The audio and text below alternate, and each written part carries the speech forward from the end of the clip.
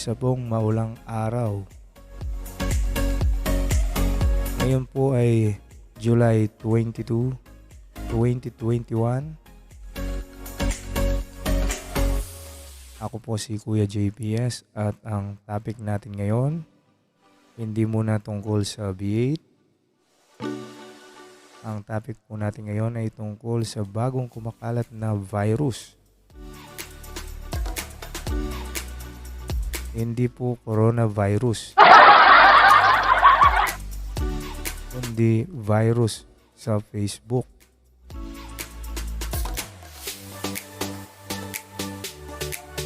Ang virus po ito ay kumakalat ngayon through chat messages. Ang ginagawa po ng virus, mag-PPM sa inyo yung kakilala nyo, and then magbibigay siya ng link. Clickbait po yung link. Pag pinindot nyo, patay kayo.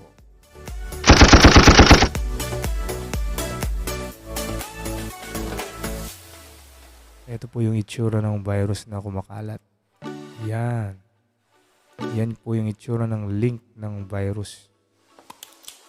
Gagamitin po nila is mga kilalang brands. Yan, Jollibee, Robinson.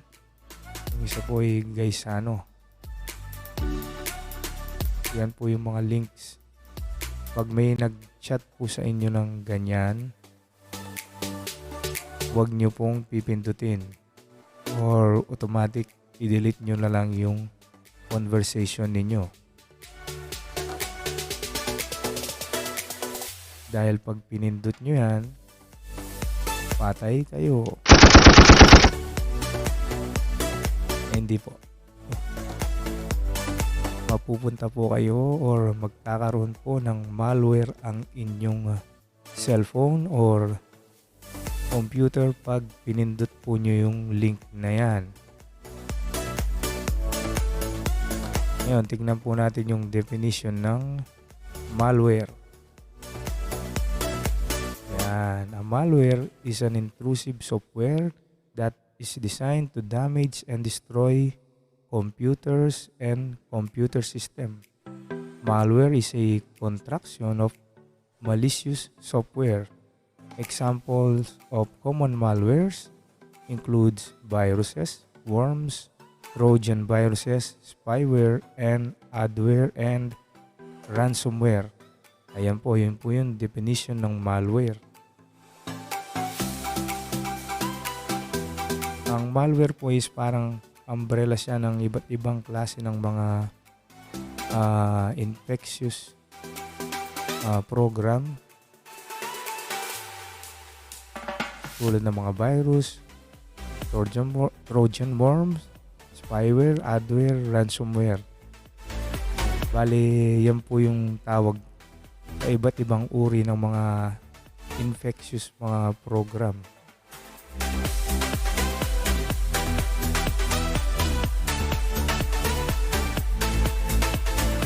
Ngayon, ano po ba yung ginagawa nung kumakalat na virus ngayon? Or malware. Yung pong pag pinindot nyo po yung link na yan, maaring humingi sa or maaring mapunta kayo sa isang page na hihingin ang password nyo sa Facebook, yung username nyo or password, or maaring automatic magko-connect siya sa inyong Facebook account.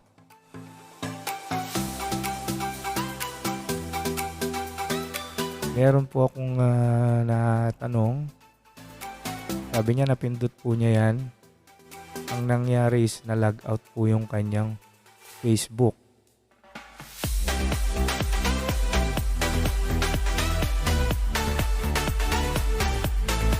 Meron po din na kamakailan lang dito sa amin. Bigla pong na-hack yung Facebook niya. Ang nangyari is ginagamit po ng ibang tao yung kanyang Facebook. Nagchat-chat po sa mga friends niya at humihingi siya ng load. Kaso po yung load na hinihingi niya is 2,000. So, ingat-ingat lang po tayo pag may nag-chat sa inyo ng ganyan. Replyan nyo po siya ng virus yan, wag mong ikalat. Kung maalala po ninyo is kamakailan lang ay may kumalat din na malicious malware sa Facebook. Ang ginagawa naman po niya is magtatag. Itatag ka ng minsan hindi mo makakilala. Ako natag din diyan. Tapos mayroon siyang clickbait na porn. Pag napindot nyo, ang mangyayari, ma-infect yung cellphone nyo or yung account nyo sa Facebook.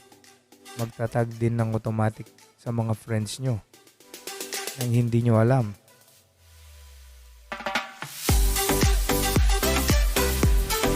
And paulit-ulit na po yun nung cycle. Pag may pumindot na naman dun sa link, itatag na naman niya yung mga friends niya hanggang kumalat po ng kumalat.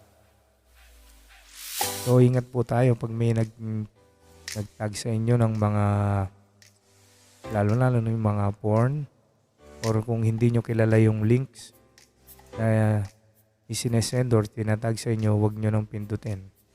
Gawin nyo, delete nyo na lang yung conversation tapos chat nyo ulit yung nagtag. Baka na-virus yung cellphone mo o yung account mo, palitan mo na yung password mo. Ngayon naman po, kung aksidente, napindot nyo yung link, may pinilapan kayo na hinihingi yung password. Yung password or yung account ng Facebook nyo is gawin nyo po agad-agad, palitan nyo na po yung password ninyo bago pa makita nung mga hacker yung account nyo. Palitan nyo na po yung password nyo.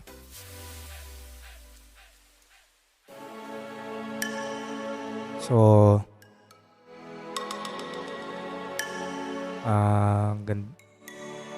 bago pala tayo magpaalam, gusto ko lang pong ipakita sa inyo yung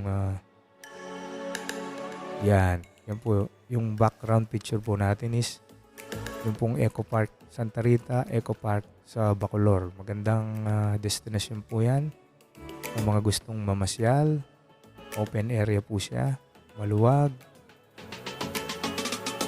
Sa mga nagbabike, pwede po, marami pong pumupunta dyan. Meron pang mga nagtitinda ng mga accessories, maraming kainan. Yan pa lang po kayo makakapunta siguro sa isang kainan na yung upuan is mga inodoro. Ako dyan, naranasan ko po dyan yung kumain po kami ng lugaw, yung mga upuan is mga inodoro. So, hanggang dito na lang po. Ingat-ingat po tayo. Ulitin ko lang po, pag may nag-send sa inyo or nag-tag ng mga links na hindi nyo alam kung legit ba o hindi, or kung makikita nyo yung mga links, mahahaba. Sobrang haba. Diba? Ito, tignan nyo, haba. Ang haba ng links. Tapos yung website, hindi pa natin maintindihan kung ano. Huwag nyo na pong pipindutin. Delete nyo na po yung conversation para iwas-iwas lang po tayo sa mga hacker. Kasi po pwede nilang makuha yung mga personal information nyo. Baka pati po yung mga bank accounts nyo makuha nila. magkaroon pa kayo ng problema. So, ulit lang po, hanggang dito lang po. Ako po si Kuya JPS at kung hindi ka pa subscribe sa channel ko, mag-subscribe na po kayo at paki-comment lang po at paki-like ang video.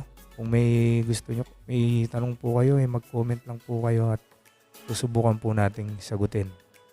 So, hanggang dito na lang po. Bye-bye and dakal pong salamat.